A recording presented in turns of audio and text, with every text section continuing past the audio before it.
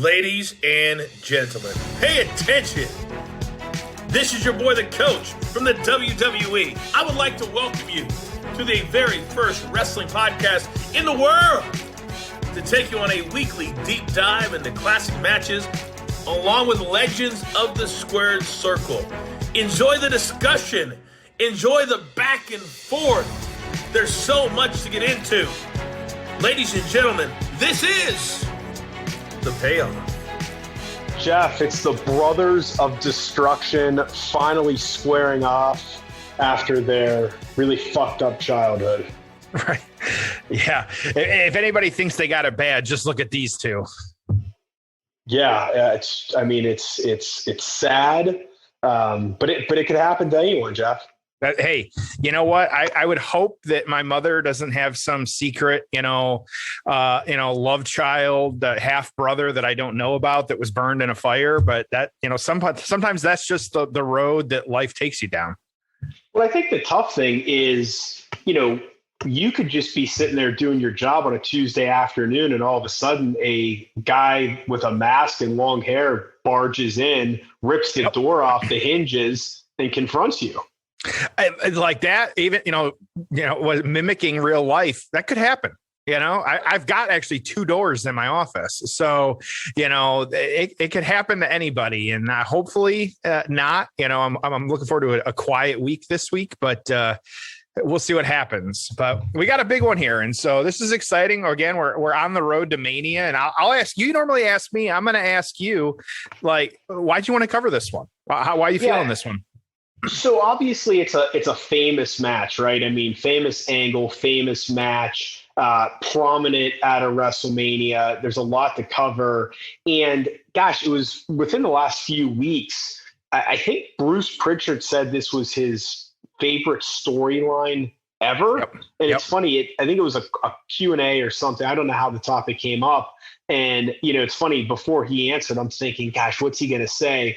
I thought he was going to say Savage, Hogan, before WrestleMania 5. And then he said this, and I said, oh, it's interesting. So that's why I'm excited for this one. I know you always do a great job of breaking down the storyline standpoint. I feel like I remember a lot of this, but there's probably a lot I forget. So I'm pumped to hear you do that. And then obviously to watch the match. What about you? Yeah, right along the same lines. I think, I always enjoy anything Undertaker. Of course, like this iteration of Kane was when he truly was terrifying. And so I remember watching this as a kid and thinking, like, this was it was real. Like, this is when the Undertaker was still the Undertaker. Still is, but, it was real. You didn't know what was happening to me. Like, this is what, trying to recapture some of that. But yeah, it's just, and I'm with you. And no spoilers here. The reviews, well, we're going to talk about them after this one, but the build itself, I'm ready to talk about it. If you are, I say, let's hop right in. Well, let me ask you this real quick. So Do you like 2 big ass guys one-on-one, or do you prefer when it's big and small? Because this is just like 2 giants going at it. What are your general thoughts on that? As Big E said on a podcast one time, just two meaty men bumping meat. Like, and so this is 2 big beefy men bumping meat. And so I'm okay with this. I think this was at the time where this was normal. Like, I think from the story worked on this one. So to have these 2 guys, and here's the thing, like, they do things that a big guy should not be able to do. Like, Undertaker's done it for 30 plus years. Kane too, at this point, we didn't know it was Glenn Jacobs, but, necessarily, at least I didn't, but at the time, but this is one that, like, watching them do the things they did and they shouldn't have been doing, I'm perfectly fine with this because they were not out of their element to me. Well, love it. Let's get into the build. Oh, it's time for the build. All right, so WrestleMania 14, obviously many of us have a very fond memory of the show, of the venue, Boston, Mass, slammed crowd, big buy rate of 730 buys. This is the Austin era has begun. This is the WWF saying, hey, wait a second here. We're not going to bend over and give in to defeat from WCW, but we're going to punch them in the fucking mouth. And that's really what I think this show did. And I think it's a very important show. You could argue it's the most important show in the history of the company because, again, we've got Tyson involved. we're building up Austin, we're putting him over, and the momentum is about to shift. And I think, Eric Bischoff has even said, in my words, not his, they knew they were fucked at this point. They knew it was only a matter of time. Vince McMahon is not a loser. He Nope. demands to win. And, again, this was them fighting back. Remember, this is not long after Bret Hart leaves the company. So you're thinking, gosh, they have no money to pay this guy. They're screwed. They're losing their biggest heel. They may have lost their WrestleMania main event, which, I'm assuming at one point was supposed to be the Hart-Austin rematch. So anyways, a lot going on here. The card starts off. Yeah, it starts off with this tag team battle royal. We have the debut of LOD 2000. So that's Legion of Doom, Hawk and Animal with a little bit of an upgraded gimmick. They're accompanied by Sunny. So brand new packaging, brand new look. I loved it. I thought it was really cool. I remember them coming out last for this battle royal, and I'm like, this shit's kind of good. So that would give them the number one contender for the tag team championship. Taka Michinoku, 5-minute match. He's going to defeat Aguila, probably pronouncing that wrong, to retain his light heavyweight championship. This was, again, as you remember, the not so great attempt at competing with the WCW cruiserweights. That's one area WCW always did better in. Triple H is going to keep his European championship by defeating Owen Hart in a 12-minute match. Mark Mero and Sable in a mixed tag are going to defeat Goldust and Luna. I remember that being a fun match. Sable hits her power bomb. Again, remember at this time, Sable is over big time. So when she hits that power bomb, place goes nuts. So it was really good. The Rock, who is accompanied by his Nation of Domination friends, is going to defeat Ken Shamrock by DQ. 4-minute match. Look, Rock, I don't remember it being that short. It just feels very short. 4 minutes is nothing. And this is your second most important championship. It's WrestleMania. Obviously, these two are great athletes. This could have been a great 15-minute match, but instead we just get a little blow-off DQ. We shouldn't be having DQs at WrestleMania.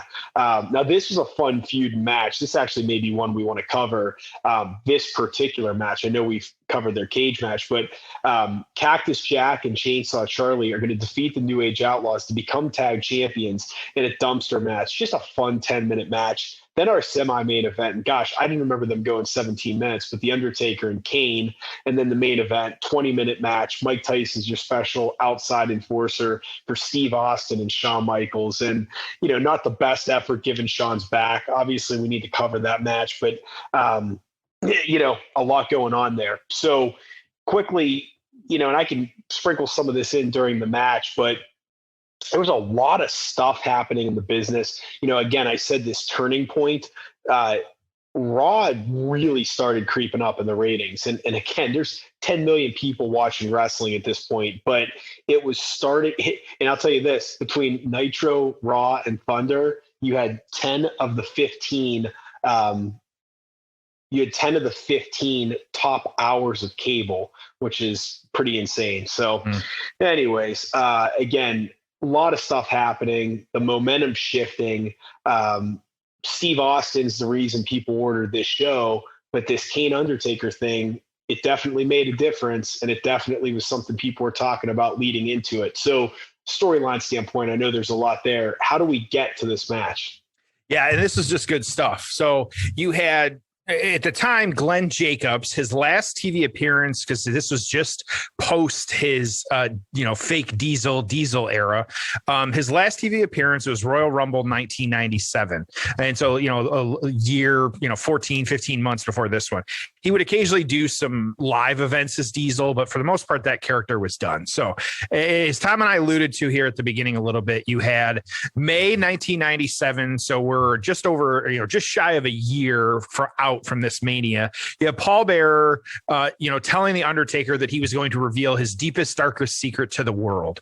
This was then it led to the Boiler Room Brawl between Mankind and Undertaker. That was SummerSlam as well too. So at the time, Paul Bearer was actually with Mankind, and so that's why I've got a Paul Bearer going against Undertaker. So or where the kind of switch made. So, of course, and here's the straight up storyline was Paul Bearer accused The Undertaker of having burned down the family funeral home business when he was a child, killing his parents and his younger brother as well. The Undertaker, of course, denying all Jeff, this. do you know if they had any insurance on that? Oh, I would hope, a business too. like that would be terrible. Like, well, that boils down to, who owned it. You always think like Paul Bearer. So I would hope had it, but you never know. So kind of like the Wyatt compound, you hope that they got, or the Hardy compound and all that, the Wyatt, whatever the hell it is, insurance. But so Paul Bearer claiming he had proof in the form of The Undertaker's alive and well-known, just perfectly healthy half-brother Kane, who had survived even though he was scarred and burned. He actually institutionalized him at that point, and so that's what kind of led to him being a little crazy, which makes sense from the storyline point. But and then since the fire, Kane, he had been waiting to exact vengeance on his older half-brother, and that, Undertaker in response said that Kane was a pyromaniac and he had been the one to set the fire, and there's no way he could have survived. Remember, too, at this point, we hadn't seen Kane, so we don't know what Kane is. All we know is that, Paul Bearer and Undertaker are selling this story at this point. So you actually had, again, being added to this story was, he'd been calling him his brother, but the half brother piece of it came in because Paul Bearer said that he was actually having an affair with the Undertaker's mother. And so that is why he was his half brother. I guess that would make Paul Bearer his baby daddy. I don't even know. And so not his stepdad, but I don't know. So I don't know what the technical term there would be, but it was, of course, so he had that point. And so, Undertaker and adding just another layer to us that thought that it was Kane was his, complete full brother, but now it's his, half brother. So, with this too, kind of the storyline playing into a little bit after here that you had Undertaker actually was SummerSlam 1997 that it was a new rivalry at the time. You had special guest referee Shawn Michaels hitting The Undertaker with a steel chair. It was actually intended for Bret Hart. That match, it ended up costing The Undertaker the WWF Championship. And so that actually led into, so while this kind of Kane storyline is going on and we don't know who Kane is, that was the kind of, we've talked about this one, that was the start of Michaels and The Undertaker having their feud, which led to, of course, the Hell in a Cell match at Bad Blood. First Hell in a Cell match at Bad Blood in your house, October 1997.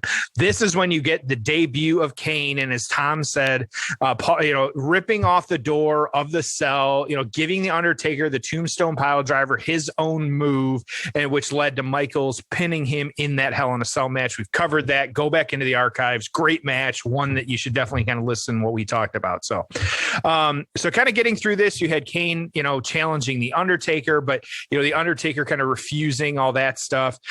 This was the Michaels feud kind of ended. It was actually at Royal Rumble, January 1998. So then you've got a little bit with the Generation X and kind of who was pairing up. It looked like Kane was going to pair up with the Undertaker, but then turned on him as well too. Just a lot of weird things happening. And so you've got all this. And so, and this was a casket match at the time that occurred. And so this was on a Raw. And then of course, as happens, the casket lid open and the Undertaker is gone. And so you've actually got the Undertaker away for a little bit, didn't want to fight his brother, half brother, didn't want to be a part of this. To kind of lead up to this, you have March 2nd. So we're just, not too far out from the actual WrestleMania. Paul Bearer calling for a 10-bell salute because the Undertaker is dead. The bells continue, and then you get the lights go out. The casket shows up on the stage. Lightning strikes the casket. The Undertaker's in it. Undertaker sits up.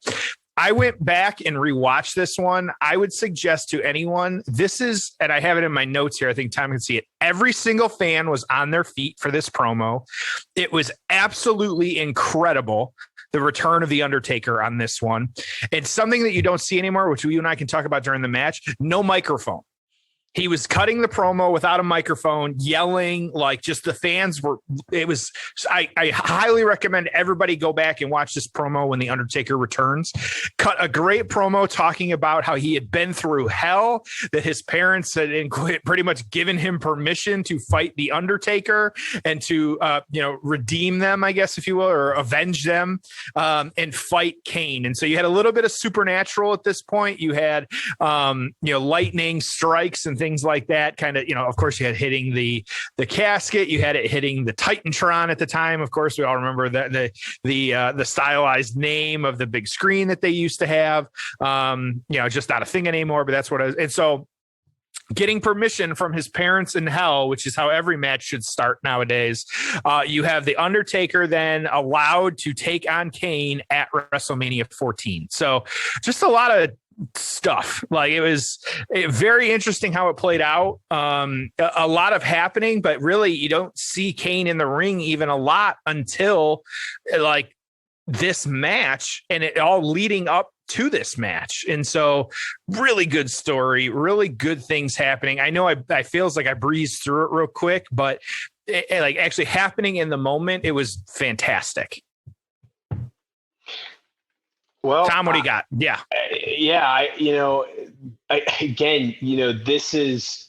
It's so rare, but you get the big build, you kind of keep them away from each other. There's not a bunch of matches and, stuff in between. It was paced really well. The crazy thing about this, Jeff, is you're talking Hell in a Cell's in October. This is in March. Yep. Late March. Yep. It's a 6-month build. Yeah, at least. Yeah, exactly. And so to get that, and then to build it up to when for half it, we didn't even see Kane.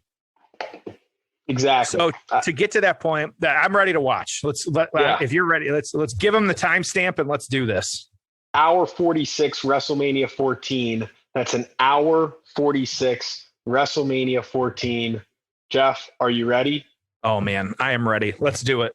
Man, you're stoked. I feel I'm like stoked. I told you before, I'm pumped for this one. I'm ready to watch. You're either going to love it or you're going to be disappointed. I don't know. So I don't either, but we'll find out. It's time to hit play and get ready for the payoff. Ho! It's time for the payoff. Taker's looking money, huh? Oh boy, he's got the huge cowl in the back of the jacket that he's wearing. And then Kane, standing across. This is the full mask. I think this is probably when Glenn Jacobs still had his hair too, so he got a little bit of the long hair. Kind of playing that up. But yeah, and just both guys now staring each other down, center of the ring. I guess the iconic photo, just right looking there. At it. Look, yeah, the camera flash is going off. Yeah, just like. What a build. Got giant, just absolute giants in the ring, like you talked about. Oh, and one punch and Kane just absorbing it. Wow.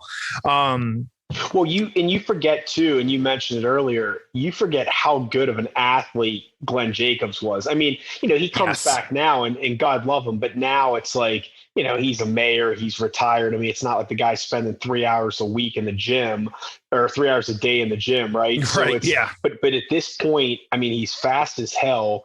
He can do a ton of stuff. He's jacked up. I mean, he looks like bigger than The Undertaker. Yeah, I don't remember. Remember, they had him in like platform shoes at one point. Try and look at his shoes and see if he actually wrestled in them. I know when he debuted, they had like a couple inches below his boots to make him look taller. But I can't remember at this point. If you look at like his heels, gosh, it looks like he's got some like big boots, like lips. There's a little bit on there. Yeah. And I'm talking not even just like down, like his trunk, like he's got a bigger, like, like his chest and stuff looks bigger than The Undertaker in this moment. Yeah. And you got to remember up to this point, like Glenn Jacobs, quote unquote, had really been, he was wrestling as Diesel, like, to kind of show that like he was wrestling as someone else. So to give him this character, I'd love to, I'm sure it's out there. I just didn't really kind of look into it, but like, that pitch, putting Kane out there saying, hey, we're going to put you with Paul Bearer. Like, we're going to build you as the Undertaker's half brother, who's just as like even more terrifying and can do the same thing. Like, and then really him coming from all the characters he had to then getting Kane and making it what it was. Like this is, I go back to Steven Regal talking about it like forever ago, or maybe it was Austin or someone. Like, not only do you have to own your character, but if you're not willing to reinvent yourself, you're not going to make it in this business. And he is one that absolutely reinvented himself to give us this. Yeah. They're moving very quickly. Yes. And like I say that as a good thing. I mean, it's not like this is like some lumbering big man match. It's just two big guys, but it looks good. You got Undertaker kind of jumping into the turnbuckles, to take the spots. Yeah, and we really weren't sure what we were getting from Kane as far as like what he'd look like as a wrestler. I'm almost positive that the Royal Rumble of this year, Kane was in there as fake Diesel. I'm pretty sure, that flamed out not long after, but just crazy to start the year as fake Diesel. Oh my goodness, what a move. To start the year off as fake Diesel and then end it, or a year later, 12 months later, to be in the semi-main event of WrestleMania with a gimmick that was awesome and a great storyline and a gimmick that, you'd still be coming back and doing. Let's see here, 23 years later. Right. Yeah, absolutely. So I'm looking to see here. I'll kind of pull up that list to double check that on you. But so we got Paul Bearer ringside here. Greatest WWE managers of all time. Who's on your list? As far as a manager, I'm a huge Bobby Heenan fan. Yeah, I know. Yeah, absolutely. I hated the guy, but I thought Cornette was great as a spokesman and a manager. I thought he was really, really good. For like 80s cheesy WWF, Jimmy Hart was awesome. And, with the megaphones and the different outfits, love that one. You can argue the greatest manager in the history of the WWE is Paul Heyman. Right. Yeah. When you look at those promos and what he's able to do. And, the guy, I would have loved, we never really got it with Paul Heyman. Remember for like a minute when he was, I know, wasn't expecting that. Almost like an electric chair. Is that what they call that move? Yeah. Undertaker was on the shoulders of Kane. Yikes. Okay. Yeah, he just dropped him. It was great. It was awesome. So, but Heyman, the one thing I would have loved to see Heyman, remember they put him with like Curtis Axel for a minute? Yes. I would have loved to have given him a stable of younger guys that he could have gotten over because, as much as I love Punk, Lesnar, Reigns, all three were already made men. Not that Heyman wasn't great with them, but give me, I'd love to see just him with a Curtis Axel and a DiBiase Jr. and a Davey Boy Jr., I don't know, something like that where he could lead that. I just think that would be a lot of fun. But I'm of the mindset you can put Heyman with anybody, it would make him a star. Well, and that's why I think Roman's going over as well as he is right now. I think that the different characters working, but then also like Heyman with him is just, it's selling the shit out of it. Like you can't go wrong. Heyman with him is great, but let's be honest here. You could have turned Reigns heel a few years ago and it would have been great too. Yeah, I think they never pulled the trigger on it. Yeah. No. I think the Heyman thing adds another element that's absolutely better. But I think you could have turned Reigns heel 3-4 years ago. Could have turned him heel the night after he beat Undertaker at WrestleMania. And, I never gave a shit about you fans. I don't care that this old man's legacy is over. And there you go. He would have been drawing money for you years ago versus, the stupid babyface stuff that they have been wasting his talents on. Yeah, I'm with you on Bobby the Brain. I think you got to have, I think Paul Bearer, especially too, you got to have him on that list as one of the ones that just absolutely fantastic. I think that the little lesser talked about one that I have to like, manager of LA, whatever you want to call him, but like Sensational Sherry, Miss Elizabeth. I think you can't overlook, even Selena Vega recently did a really good job. It helps. It's very hard to find, I say, quote, bad manager if they're adding to the character, which Paul Bearer, arguably, absolutely, Sherry Martel is one of the most underrated talents in wrestling. Yeah. She was incredible. Yeah. Like, go look at her stuff. Go look at her stuff with Shawn. Go look at her stuff with Harlem Heat, the Macho King stuff. Every step of the way, she was just incredible. Yeah, absolutely. And just to kind of see some of that stuff. And again, and we'll talk a little bit more what happened, with Paul Bearer after this, still around, kind of, or the aftermath on this. But yeah, so these guys, it hasn't been. So we had a spot on the outside with the steel steps with the distracted ref. Undertaker kind of blocking like a boxer at this point, trying to get Kane off. I'd say Kane is not dominating, but he has definitely got the momentum here over the Undertaker. In kind of this match right now. It's funny, what we forget about with the Undertaker's legacy is how many shitty WrestleMania matches he had. So, yeah. Chokeslam there. Obviously not going to be enough. But, we forget, the guy had to wrestle Giant Gonzalez. He had the tag or the handicap match with Big Show and Prince Albert. Okay. He had the Big Boss Man Hell in a Cell match that sucked. That was the year after this. There's others too, just really bad WrestleMania matches. So obviously this wasn't, but the year he wrestled Flair, they almost didn't have anything for him. And I think there were like two guys that were like, hey, pick one. And he picked Flair and had a classic. But, it's just weird that, there were a lot of years where Taker was either in lousy programs or not in good WrestleMania matches. It wasn't like every year this guy was Mr. WrestleMania. Obviously that changed over time, but this is way before the streak or before, Taker was a, guaranteed to have a great WrestleMania match. Well, yeah, and obviously they didn't, do I wish the streak ended? No, but, whatever. It's happened. It's done at this point. But yeah, I'm with you. Like that first WrestleMania was Superfly. And so I'm sure at the time they weren't thinking, even to think he'll go 10-0 or something like that, or we're just never going to have him lose, like to get where they got. But yeah, then we all forget about that. There's some real stinkers in there too. Like the streak went on, but some years it was a little bit easier than others. And I don't remember exactly when they started pushing the streak. I am almost positive they started acknowledging the streak against Edge at WrestleMania 23 in Orlando. Okay. Or 24. 24. 24. Yeah, I'm almost positive it was the Edge match. I could be wrong. They may have acknowledged it a year prior, and it was, gosh, I could be way off with that. Maybe I'm thinking of Edge because Edge was 10-0 at that point or something. He was also undefeated going to that match. So they made it about the streak. But gosh, It was no. There was a year, and I'm way off now. There was a year where he went and he counted to 10 and went like this, and he was 10-0. And perhaps that was against Flair or against Triple H, so like 17 or 18 maybe.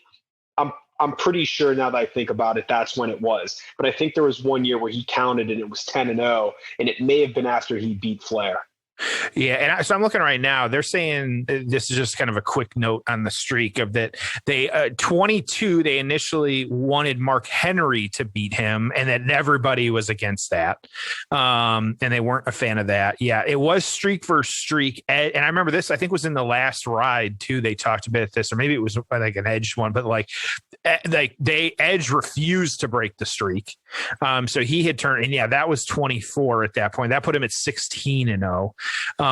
And kind of having that. So yeah, it's just, and then it's weird too, because then that's 25, like, it just getting into it. So yeah, there's just a lot, there's Shawn Michaels, that was that match. And so, yeah, while there was some stinkers, there was also some of the greatest wrestling matches ever too. And so it's just kind of weird how that all played out. So you got a rest hold now, kind of a sleeper hold, and then Undertaker trying to take out Kane. Yep. There you go. I wonder too at this point, like, this was not a quote. It was almost a 20-minute match, but you wonder when they were going into this, I would have to look and see what was Fake Diesel's longest match before this one, and the kind of stamina issues that they were dealing with. That's a good point too. And then that was a pretty long rest hold, huh? Yeah, so we got Suicide Died over the top, Undertaker missing, farewell Spanish announce table getting destroyed as Kane stepped out of the way. We haven't asked in a while. Is Undertaker coming back? We gonna see him again here? I mean, if I'm betting on it, yeah, he's gonna have another match. Yeah, we cut shit on this. I caught a lot of shit online last time I said that. Yeah, I still I don't think it's not like maybe I want to believe and it's rose-colored glasses or something like that, but I just don't think that we've seen the last of him. That itch after as long as he's been doing it, and like they even said, like, Vince, if Vince called him and had a good story, I think it would happen. Yeah, I'm happy with how he went out, but I don't think that's to say that he's gone. Yeah. Well, yeah, I mean the ending, if you will, of Survivor Series, him just standing in the ring in front of an empty arena. No. You need something better. I could look and what it end up might be is it might be he comes out and delivers a tombstone but doesn't wrestle an actual match. But yeah, gosh, I'd love to see an actual match. I mean, I'm always going to cheer for these guys to come back. So it's funny because go ahead. Nope, go ahead. I was just saying, one of the things that I was reading about is I was, by the way, not every match, but I'd say more often than not, I love going back and reading those PW torches because there's just so much cool stuff. Some of it's fun because, Keller and Meltzer thought things were going to happen that didn't. So you kind of laugh about some of those predictions.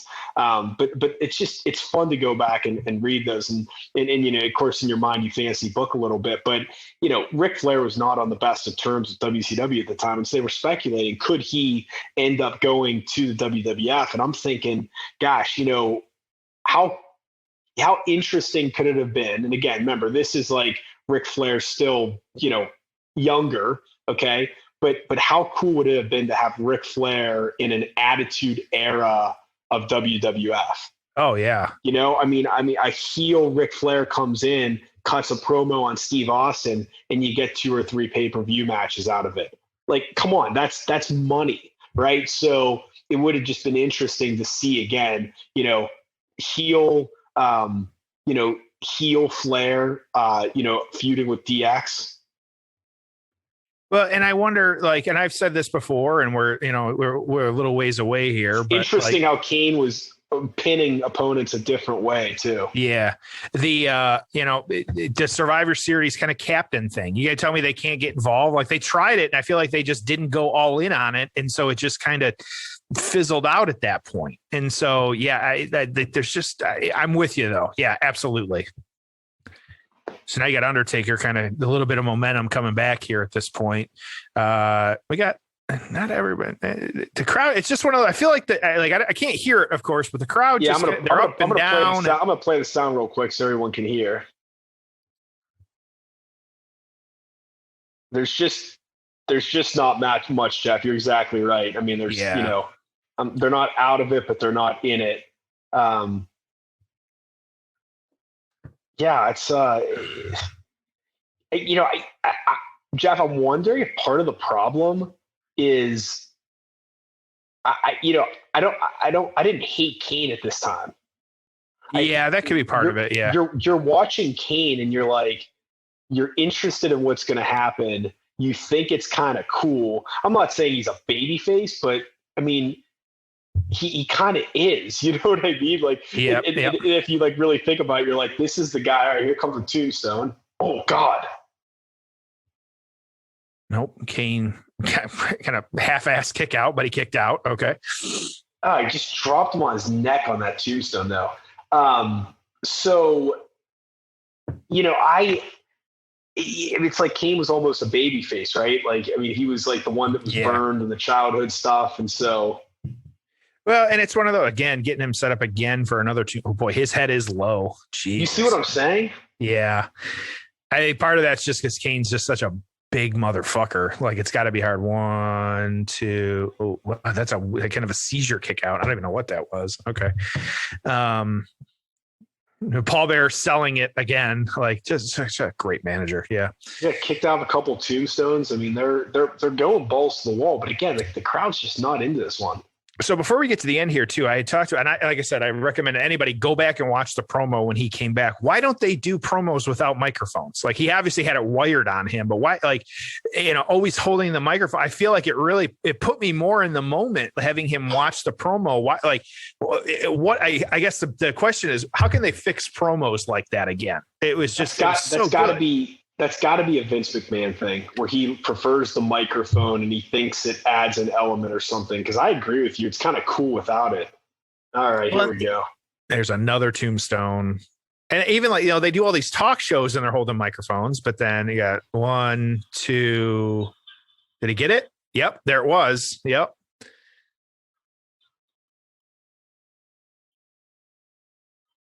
Right away, Paul Bearer throwing the chair into the ring, though. So yeah, they're cheering for him, but again, it wasn't like a massive pop. I think the issue is they didn't hate Kane. So terrible ref bump there. Yeah. Yeah.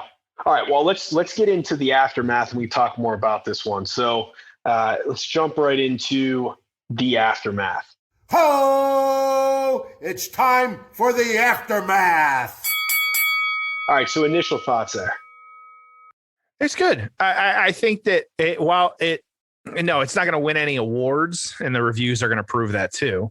I think for the story that they told and kind of it didn't end the feud by any means. There was a lot of good stuff though, and it wasn't a shit show. Like I guess they at least looked like they were okay in the ring together, and not a ton of chemistry, but it was early too. So you still have the match pulled up. Yes, I'm still watching. Okay, so do I. And Kane's attacking with a chair. Jeff, I almost wonder if this should have happened at the beginning of the match, right, to get him over as a heel. Like Kane came out and attacked him or something. I mean, the problem is that Kane just wasn't over as a heel enough. Like I just don't think people hated him, and therefore they weren't cheering on the Undertaker to kick his ass. Well, and in a lot of ways too, he wasn't, like you said, he wasn't the heel, but he was also just kind of like Paul Bearer's henchman in a way. Like, he was doing his bidding. And so to, get him over as an individual heel is tough when he's just kind of like the strong man for Paul Bearer and that story right then. So, yes, there was the other stuff, but who knows? But yeah. Cool. Well, get into the aftermath on this one. I mean, you could spend hours because it went on for 20 years. Right. Yeah. I had to cut it off at some point here, but I will say, so this was, of course, the rematch. It was this leading into my favorite match match stipulation of all time, the Inferno match. It was 1 month later. This was Unforgiven, or In Your House Unforgiven. This is the Undertaker winning by setting Kane's arm on fire. Tom and I say it a lot, like, hey, let's make sure to add that match on our list. Don't worry. That match is already on the list. I don't need to double check. I did add the dumpster match too. And so we were always adding to the list and have that, and so at this point too, there was a Hell in a Cell match, King of the Ring, June, just a couple of months later, this one with Mankind. This of course is the Hell in a Cell match with Mankind. And so, kind of dealing with that. And of course, Kane kind of coming in and out after that fact as well too. But immediately after this, they had the rematch, but then you had the Hell in a Cell match. And so, Undertaker, putting that on and things like that. So understandable and okay that Kane was a little bit on the back burner at this one, because then they went and did that. And so they actually had Undertaker and Stone Cold winning the tag team championships. I had forgotten about that. It was very short lived, but, Kane and Mankind actually losing them, but then getting them back. And so just a little bit later. And so you also had it was Breakdown in Your House, one that I had forgotten about and wasn't even thinking about, that the Undertaker and Kane, it was a triple threat match with Austin. And there was stipulation that McMahon had said the brothers were not allowed to pin each other. And so you had them pinning Austin together. Yep. Double choke slam. There was no contest. It was just that was a mess. And so, and eventually though, you had the Undertaker. It was actually Judgment Day in Your House. So it was the Undertaker and Kane. It's Austin as the special guest referee. You had kind of Paul Bearer, it seemed like he was going to help Kane by handing him a steel chair, but then they ended up hitting Kane with the chair and things like that. And so both men, it was a count, and it just weird, kind of counted them out. But October 1998 was when that show happened. And then the next night on Raw, you had the Undertaker reuniting with Paul Bearer after what had happened at the Judgment Day pay-per-view, and saying that him and Paul Bearer would, unleash their ministry of darkness. And so that's where I'm going to decide to cut it at this point, because we can get into the ministry on a later day. We've got some of those matches on our stuff, and so we'll get there. But for now, that's, they're just always in each other's lives. And of course, it did end, to put just a nice little bow tie into this, that Kane did eventually admit that he indeed set the fire that killed his parents, which Paul Bearer had set the fire, which he initially blamed on Kane. So it just, a nice little bow on this stuff. It's kind of nice to wrap it up that way. So yeah, good things. So thoughts on the aftermath, get into the reviews. You ready for it? Jump in the reviews. So you've got Undertaker was number 5 on the PWI this year. You had Kane was 21. So both guys fairly high on the list. You remember this was earlier in the year, so there was a lot that still happened on this one. The match of the year that year, unfortunately, the bar was just way too high with the Undertaker versus Mankind. And so that was the match of the year. And so it's really hard to compete against that. And so the PW Torch review on this one. So you've got Undertaker pinning Kane in 1657. Oh, there was a whole angle with Pete Rose before this too that we didn't talk about because it really wasn't worth it. And so Boston crowd, things like that. And so so that was actually how they tried to make him a heel, was like the whole Pete Rose angle, but it's Pete Rose. And so that was part of the issue. It dealt with Pete Rose. And so that's why he was a little bit cooled. But anyways, Undertaker's ring entrance was spectacular, with a dozen or so torches being held over him as he made his way to the ring. That's definitely one to go back and watch. It's always great when they see that with the Druids. They begin with a stare down. Kane attacked Undertaker with a chair afterward and tombstoned him on the chair. Undertaker eventually sat up and walked to the back. The long chin lock mid-match killed any momentum, and the pace was too slow as it was. There were some nice spots and a nice finishing sequence, though, and the storyline overall was sound. Gave it 1.25 stars. 1.25. Wow. And so the rest, Undertaker versus Kane, was a basic by the numbers Undertaker match. And so that was the PW Torch. The Wrestling Observer newsletter on this one, again, you've got the whole Pete Rose stuff. The match told the story, but was pretty dull since Kane isn't at the level of being out there that long. Mainly, Kane delivered punishment to Undertaker, who sold most of the way. Kane sold very little of Undertaker's offense since they were trying to keep him as a monster, and he was doing the job. Match during the body didn't have much heat. After a clothesline off the top, Undertaker hit a third tombstone, but Kane kicked out a second after the 3 count, which left the finish flat. There's nothing that flattens the finish pop more than the loser kicking out just after the 3rd count, although they want to make it as though the match was over, but that Kane didn't lose. After the match, Paul Bearer attacked Taker, who came back and decked him, allowing Kane to hit Taker with a chair and tombstone on the chair. 1.5 stars. So 1.25 from PW Torch, 1.5 from the Observer newsletter. I'm going to go first on this one. I know sometimes I throw it to you. I think those scores are way too low. I don't think that this by no means was a 10 star, 5-star match to any degree. I think it was perfectly fine. I'm going to give it a 7.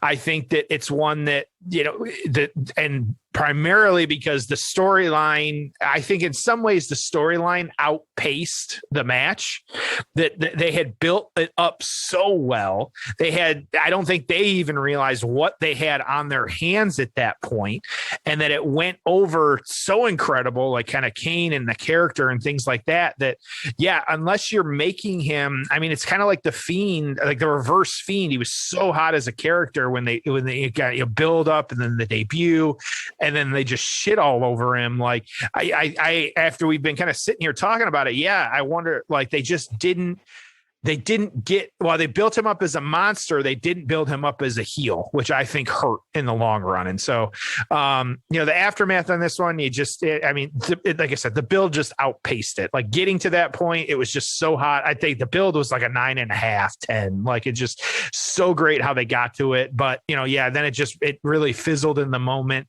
Yeah, the match itself, it was 2 big guys, but at the same time, and the rest hold it. What you and I even called out the rest hold in the moment. Like it just, I wasn't that disappointed compared to the quote unquote experts. So I'm going to give it a 7. How about you? I have it as a 5, and the build was excellent. I agree. I think, the two big man thing that was working against them. I think that almost no matter what they did in the ring, it was going to feel like a letdown given how big of a build there was. They did not establish Kane enough as like a bad guy in the scenario. And Jeff, I think they view this as like a, 6 to 9 month storyline. And just like every other guy Undertaker wrestled, like Kamala and Giant Gonzalez, this guy would just be out of the picture and we'd move on. Now, I think if they knew what they were getting in Glenn Jacobs, in terms of the guy and the character and the longevity, I think they just would have had Kane win the match. I think they would have absolutely had him become a monster heel, crush the Undertaker, and go on and have a huge run. But I just don't think they were there with him at the time. So it was just this weird booking where you put Taker over, you don't get Kane over as a heel. The match wasn't that great. You do the BS at the end where, Kane gets some of his heat back. So again, I have it as a 5 because the build was great. And, the aftermath had so many interesting things. But this actual match, no need to go back and watch it. Just really nothing special to it. One good spot with the Undertaker dive. Crowd wasn't into it. That's all I got. I would say watch the promo. That would be my caveat to this. If you don't want to watch the match, at least go watch the promo for a clinic on how it's supposed to be done by one of the greatest. Yeah. Agreed. Cool. Good episode. We are on the road to WrestleMania. We got more WrestleMania the next couple weeks. I'm pumped about it. As always, we're at PAYOFF Pod everywhere. Appreciate the support. Appreciate the retweets. Love the comments. And we appreciate you listening. So thank you for joining us on an all-new episode of The Payoff.